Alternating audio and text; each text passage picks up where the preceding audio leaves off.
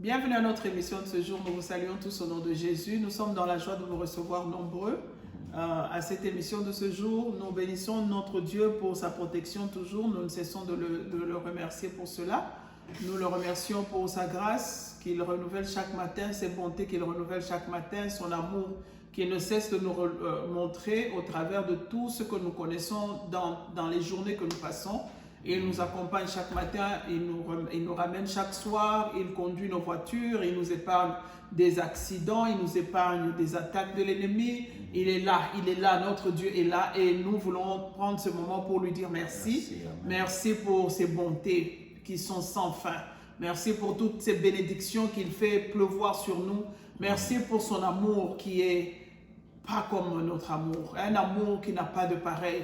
Un amour qui n'a pas de semblable, un amour qu'il a amené à la croix. Il a souffert, il a accepté l'humiliation pour que moi et toi, nous soyons aujourd'hui dans la paix et dans la joie.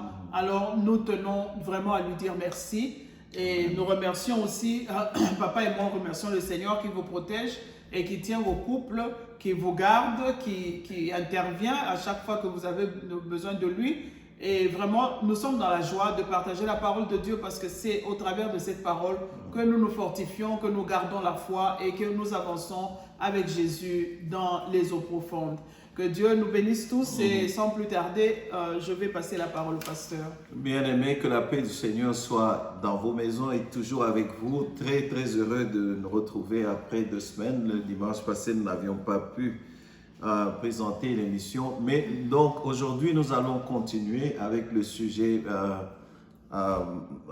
mariage. Nous étions, évidemment, nous parlons du mariage, mais nous étions plus précisément en train d'essayer de prévenir les séparations. La question de départ, c'était que nous avons constaté beaucoup de séparations dans les chefs des couples qui viennent du pays. Et une fois aux États-Unis, en Europe, Canada et partout, et qui affrontent des nouvelles réalités et se séparent facilement. Et nous avons évoqué le fait que ce n'est pas un hasard. La séparation n'arrive pas subitement. C'est quelque chose qui a commencé depuis longtemps et qui est consommé après. Alors, dans les émissions précédentes, nous avons montré comment il faut prévenir. Et en premier, j'essaie seulement de récapituler. En premier, nous avons insisté sur la préparation avant le mariage et le fait de présenter, dédier le mariage à Christ, c'est-à-dire se présenter devant l'homme de Dieu et devant Dieu lui-même et prendre au sérieux les vœux qu'on a faits. Et nous avions énuméré quelques versets pour montrer combien Dieu déteste la répudiation et ce que Dieu dit à propos de la séparation. Et nous sommes arrivés au niveau du divorce. Ce que Dieu dit à propos du divorce. Il y a des raisons bibliques pour lesquelles nous pouvons divorcer, mais il y a des exceptions. C'est de ça que nous allons, c'est le sujet que nous allons aborder aujourd'hui. Et s'il y a divorce, y a-t-il des exceptions? Parce qu'il est écrit, selon les versets que nous avions lus la fois passée, celui qui répudie sa femme et qui en épouse une autre, l'expose à l'adultère. Et de la même manière, celui qui répudie sa femme, sauf pour raison, j'insiste, je m'excuse, j'ai oublié, sauf pour raison d'infidélité, lui-même en épouse une autre et il vit dans l'adultère, il commet l'adultère. C'est ce que la parole de Dieu nous dit. Y a-t-il des exceptions pour cela? Et bien sûr, nous allons voir ce que la Bible dit à propos de cela. Mais avant d'arriver là-bas, je voudrais donner la fondation du mariage. Cela va nous aider à mieux comprendre. La fondation pour le mariage, selon Dieu, c'est un homme pour une femme dans les liens du mariage pour la vie. Retenez un homme pour une femme. Quand vous lisez Genèse 1, c'est bien écrit. C'est Genèse 2, c'est pourquoi l'homme quittera son père et sa mère et s'attachera à sa femme et les deux seront une seule chair, seront un. Donc c'est un homme. Dieu a clairement été clair au début. C'est pourquoi quand on viendra tenter le Seigneur par les pharisiens, il va les ramener à la parole de Dieu. Mais nous ne sommes pas encore là. Un homme pour une femme dans les liens du mariage pour la vie. Dieu permet-il des exceptions? Que dit la parole de Dieu? Le divorce n'est pas un processus à entamer prématurément ou, je dirais, à vite contempler. Pourquoi? Parce qu'il implique la mort de quelque chose. C'est deux personnes qui sont devenues un. Ils ont formé un corps, je dirais. Et quand il y a divorce, cela implique la mort de la relation, mais aussi affecte les deux personnes, parce qu'ils étaient devenus un. Certains d'entre nous ont été affectés par le divorce et ils comprennent les effets dévastants du divorce. Dieu déteste la répudiation. Il ne déteste pas les hommes qui se séparent, ni nous aiment, mais il déteste la répudiation.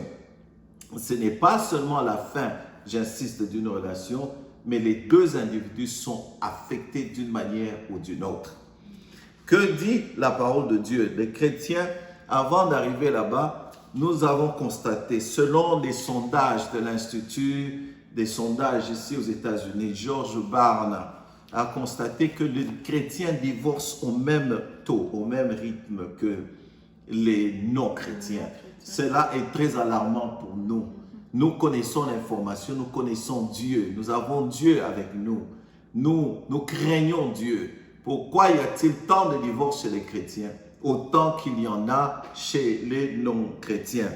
Alors, le divorce laisse des enfants blessés, même des générations, avec des blessures profondes, bien aimés. Une fois, nous aurons l'occasion de peut-être jouer des vidéos où on a interrogé des enfants sur ce qu'ils pensent du divorce, ce qu'ils ont ressenti. Les mots que les enfants sortent, vous ne saurez pas les supporter. C'était trop dur. Alors dans 1 Corinthiens 7, c'est là que Paul répond aux questions des Corinthiens à propos de la séparation. Il adresse plus précisément 3 sujets: le célibat, comment, et le célibat. Il adresse aussi la sexualité, l'intimité sexuelle, physique. Et c'est là que beaucoup de gens aiment ce sujet, parce qu'il parle précisément de la responsabilité sexuelle de l'un vers l'autre. Surtout les hommes, ils aiment bien quand on dit que la femme rende à l'homme ce qu'il lui doit et l'homme à la femme. Ils font lire aux femmes ce verset-là à longueur des journées. Alors, mais voyons un peu. Alors, il répond précisément à 4 questions. La première: si je ne suis pas content de mon épouse, ou je ne suis pas content dans le mariage, prenons en général, est-ce une raison pour divorcer? Si je ne suis plus content dans le mariage, c'est la première question à laquelle il va répondre. Est-ce une raison pour nous séparer? Deuxième question: si nous étions mariés, nous nous sommes mariés quand nous n'étions pas chrétiens, et quand un des conjoints ou conjointes devient chrétien, est-ce une raison? C'est la personne qui devient chrétienne. Est-il permis qu'il divorce ou qu'il se sépare? Voilà la deuxième question. Et la troisième, comme la deuxième, et si c'est l'incroyant quand tu es devenu chrétien, et si c'est celui qui est resté incroyant, païen, si je peux dire, décide de partir, pouvons-nous laisser cette personne aller? L'autre va-t-elle laisser la personne aller? Voilà la troisième question. Et la quatrième, évidemment, il va répondre à la question: en cas de mort, qu'est-ce qui se passe? Voilà les 4 questions. Nous allons explorer ces 4 questions, mais nous ne sommes pas encore là. Aujourd'hui, voyons un peu, restons un peu dans le principe que j'ai donné au début. Un homme pour une femme dans le lien du mariage pour la vie.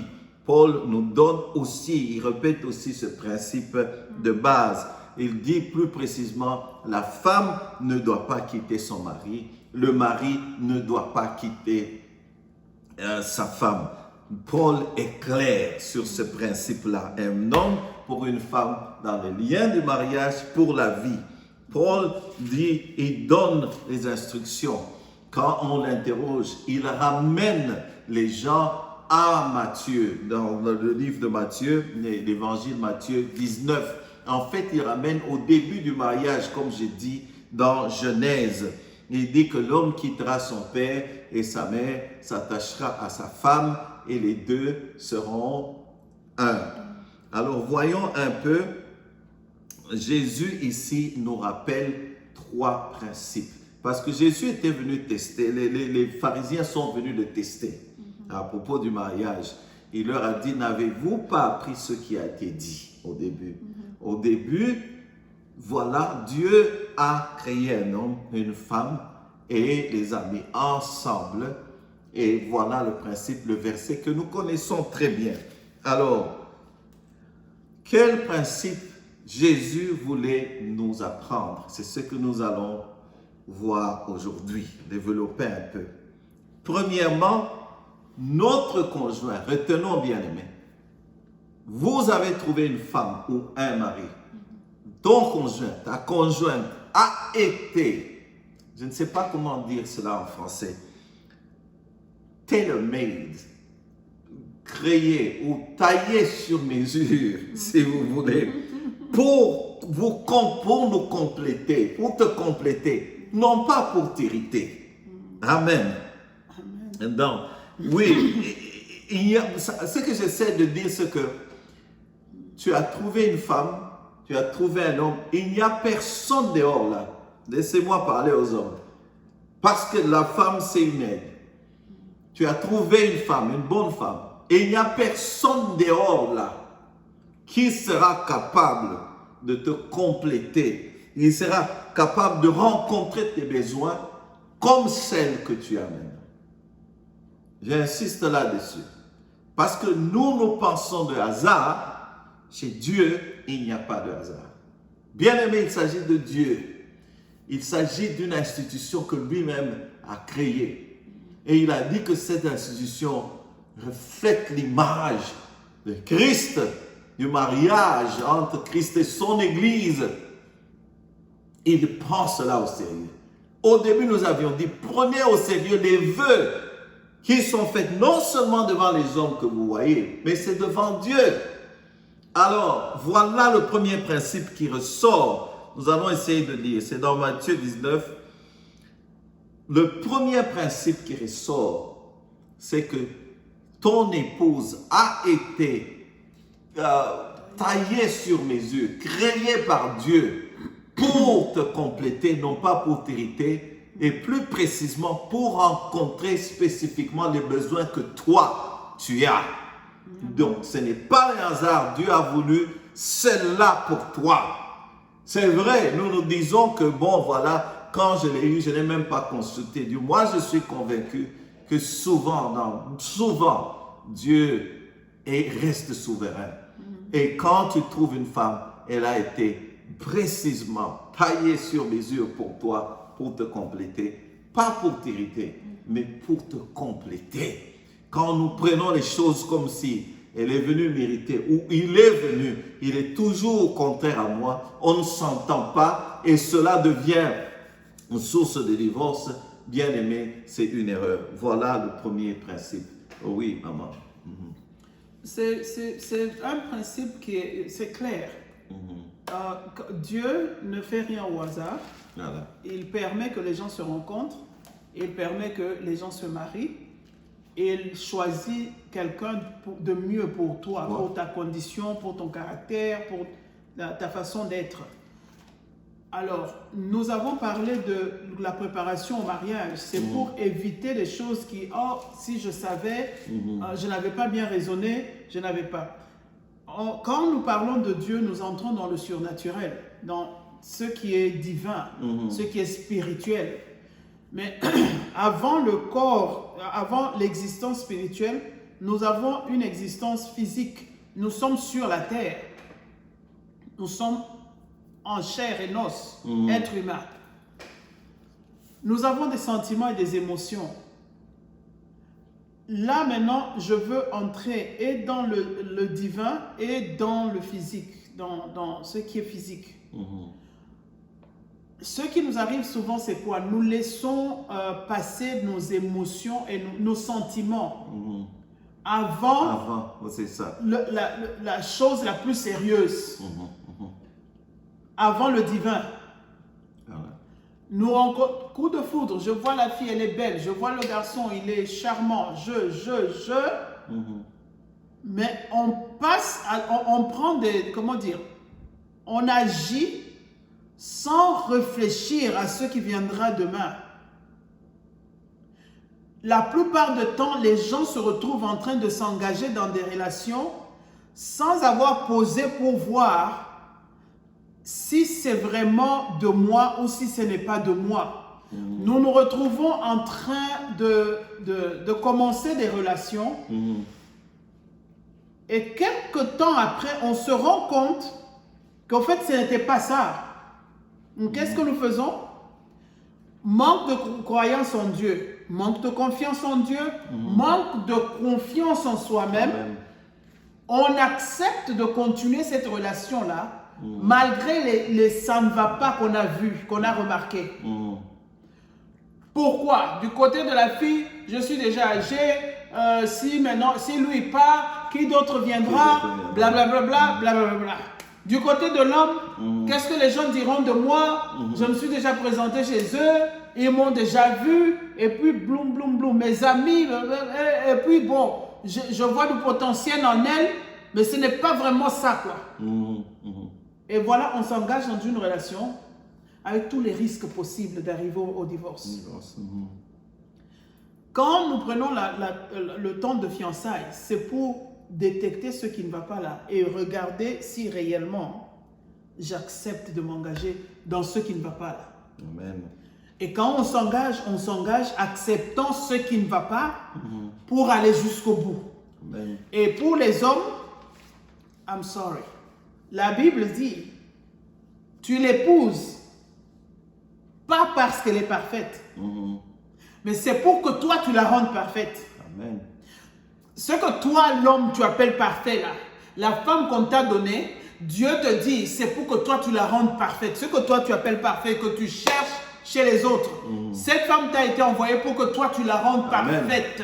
Comme, bon, celle-là est bien, ok, fais de celle-ci qu'elle soit bonne comme celle-là que tu regardes. C'est difficile. C'est pour ça que j'ai dit sorry. C'est très difficile. Mais c'est ce que Dieu a créé. Amen. On ne peut pas contourner ça. La preuve est là. On divorce tout le temps. Pourquoi? Parce que on essaie de contourner Dieu. Tu ne peux pas contourner Dieu. Il te connaît, il sait de quoi tu as besoin. Il sait comment te répondre. Il sait quoi te donner, quand te le donner et comment te le donner. Alors quand lui, il décide de te donner, toi tu dis non, ça ce n'est pas bon.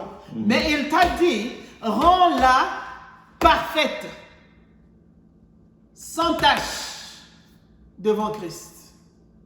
C'est ça ton devoir. Tu peux dire non, moi je ne suis pas chrétien, vous les chrétiens, ok, pas chrétien ou pas chrétien. Toi qui es l'homme qui prend la femme en mariage, Amen. Prends le temps de raisonner puisque tu te dis je ne vais pas suivre les chrétiens. Ok, tu es un être humain que Dieu a créé. Réfléchis, est-ce que c'est ça dans quoi j'accepte de m'engager? C'est là que Dieu ressort le côté sérieux de l'être humain. On voit ta sérieuxité dans les décisions que tu prends. Comment tu réagis aux décisions que toi-même tu as prises. Amen. On sent que tu es sérieux. Quand tu restes, comment on appelle ça?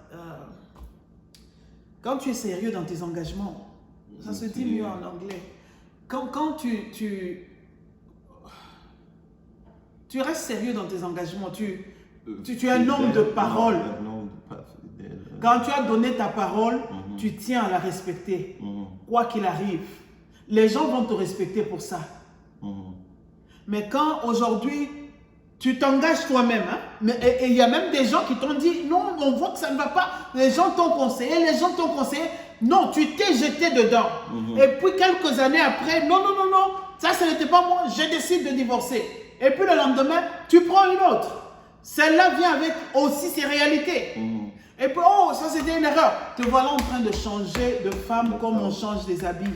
Pourquoi? Parce que quand on ne prend pas le temps de poser quand on est devant la chose, pour poser un peu, raisonner. Est-ce que, même à l'école, quand je vais pour étudier, je regarde les cours, je m'assois, je dis, ok, est-ce que je saurais vraiment aboutir si je prends une matière en physique? Si je ne suis pas forte en maths, je ne vais pas m'engager dans les physiques. Je m'assois, je dis, ok, si je prends le français, est-ce que je suis bonne en langue? Tu prends le temps de poser, t'asseoir et regarder ce qui est mieux pour toi. Tu ne prends pas tout ce qui se présente devant toi. Tu raisonnes en être humain normal. Tu t'assois, tu raisonnes et puis tu prends la décision de choisir ce qui est mieux pour toi. Ça, c'est quand on raisonne en être humain. Amen. Mais maintenant, nous allons dans le surnaturel, dans les domaines de celui qui nous a créés, ça veut dire Dieu. Lui, quand il a décidé d'envoyer quelqu'un chez l'autre, comme il décide d'envoyer des enfants, tous les enfants que nous avons, nous n'avons pas souhaité les avoir, mais Dieu les a envoyés parce qu'il a décidé que c'est dans il a trouvé bon, que c'est dans cette famille-là, dans ce cadre-là, que ces enfants vont atteindre ce que moi j'ai pour eux. Amen. Alors, c'est dommage, mais c'est ce que Dieu a créé. Amen. Et nous ne devons que le suivre. Amen. C'est tout ce que moi je peux ajouter dessus. Amen. Ça, c'était le premier principe. C'est clair, maman a éclairci. Papa, la maman, la femme que tu as a été envoyée par Dieu pour non pas t'hériter, mais te compléter. Et elle vient remplir, rencontrer tous tes besoins selon que Dieu a jugé pour toi, parce que Dieu nous aime. Il a un plan merveilleux pour nous, des projets de bonheur, de paix, non pas de malheur, pour nous donner un avenir et de l'espérance. Et dans le mariage aussi. Je peux ajouter quelque chose? Oui. La femme est venue pour compléter l'homme dans ses besoins et dans tout. J'attire encore l'attention des papas, des hommes. Quand c'est Dieu qui t'a envoyé cette femme, là le papa a parlé de la femme n'est pas venue pour t'hériter. Quand Dieu t'a envoyé la femme, n'hérite pas la source même de ton aide.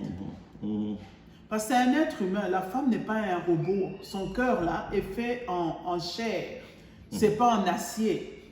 Je parle des choses sérieuses parce que souvent quand nous parlons de divorce avec les gens, c'est ça le problème même. C'est elle qui doit supporter, c'est elle qui est l'aide, c'est elle, oui c'est bon. N'irrite pas la source de ton aide. Ne crée pas, moi je dis toujours, tu crées ta propre sorcière dans ta propre maison. Quand tu ne fais que, là où on doit mettre du bien, toi tu ne fais que blesser, toi tu ne fais que blesser. Toi, comment la personne arrivera à t'aider? Tu ne l'écoutes jamais, comment elle va t'aider? Tu ne fais que blesser. Les paroles qui sortent de ta bouche ne blessent, ne font que blesser. Tu ne la considères pas, tu ne la respectes pas, tu ne l'honores pas. Comment est-ce qu'elle sera ton aide? La personne va se sentir de trop dans la maison. Elle va commencer à se demander, mais qu'est-ce qu'elle fait avec toi? Pourtant, c'est toi qui lui as dit que tu l'aimais. Alors, tu vas me dire, oui, je l'aimais, mais j'ai décidé de ne plus l'aimer. Alors, c'est là le problème. N'hérite pas, ne détruis pas, ne blesse pas la source de ton aide. La femme est envoyée, comme papa a dit, c'est la Bible, ce n'est pas nous qui disons, c'est Dieu. C'est l'aide semblable que Dieu t'a donnée. Mais ton aide semblable, tu ne vas pas passer la vie à l'hériter, tu ne vas pas passer la vie à la blesser. Ça, c'est très important. On ne se rend pas compte, mais bien aimés, nous sommes des monstres sans réaliser que nous sommes des monstres par nos attitudes envers nos conjoints et nos conjointes. Amen. La façon dont notre interaction passe, c'est comme si nous nous sommes appelés, chérie, viens, vivons ensemble pour que nous arrivions à nous tuer. Viens parce que j'ai besoin d'un ennemi. Non. Entre dans ma maison parce que vraiment j'ai besoin d'un ennemi. Et dès que la personne entre dans la maison, deux ennemis. C'est comme s'ils ne se sont jamais dit je t'aime. Ça c'est très très mauvais. Alors j'insiste papa, Dieu a donné le leadership au papa. Il a donné la responsabilité de la maison au papa. Mais un vrai leader, c'est celui qui sait aussi s'humilier à un certain moment. Un vrai leader, c'est celui qui montre le bon exemple. Le vrai leader, c'est celui qui montre qu'on sait demander pardon quand on a fait du tort. Parce que si toi, tu ne montres pas l'exemple, les autres te suivent parce que c'est toi le leader. Amen. Tu ne sais pas dire je m'excuse, tu ne sais pas demander pardon quand tu as fait des erreurs, tu ne sais pas cajoler l'autre, tu ne sais pas reconnaître la valeur de l'autre. N'attends pas que l'autre aussi te reconnaisse. Amen. Amen. Je n'encourage pas les mamans, mais je voulais juste interpeller les papas. Et les mamans, comme papa a dit, nous sommes des aides. Et nous allons arriver à parler aux mamans aussi. Oui, maman a tout à fait raison. Ce principe s'applique aussi aux hommes. C'est-à-dire que maman, l'homme qui est venu pour... Il est un sauveur dans ta vie. Quand il entre, il change les choses. Ça veut dire, pour les papas, Dieu nous a même recommandé à nous. D'ailleurs, la Bible a plus parlé à l'homme qu'il a parlé à la femme. En disant, voilà, tu dois la laver, la présenter sans tache, l'aimer comme ton propre corps, et sans tache ni ride. C'est une tâche très très délicate, une tâche lourde que Dieu nous a confiée, mais qui sera source de notre bénédiction parce qu'il poursuit quand Pierre, plein de sagesse, l'homme de Dieu, le disciple de Jésus-Christ, le pilier, quand il écrit, faites attention à ce qu'il dit. Il a même très bien dit, Marie, montrez à votre tour de la sagesse dans vos rapports avec vos femmes comme un cercle faible, honorez-les comme devant hériter avec vous de la grâce de la vie. Qu'il en soit ainsi, et il conclut, afin que rien ne fasse obstacle à vos prières. Donc voilà clairement ce qui est source de beaucoup de difficultés ou de séparation. Parce que vous avez déjà choisi de ne pas l'honorer. Vous pouvez prier jusque demain. La Bible est claire là-dessus. Donc, le conjoint ou la conjointe a été créé, envoyé par Dieu avec les qualités, tout ce qu'il faut pour te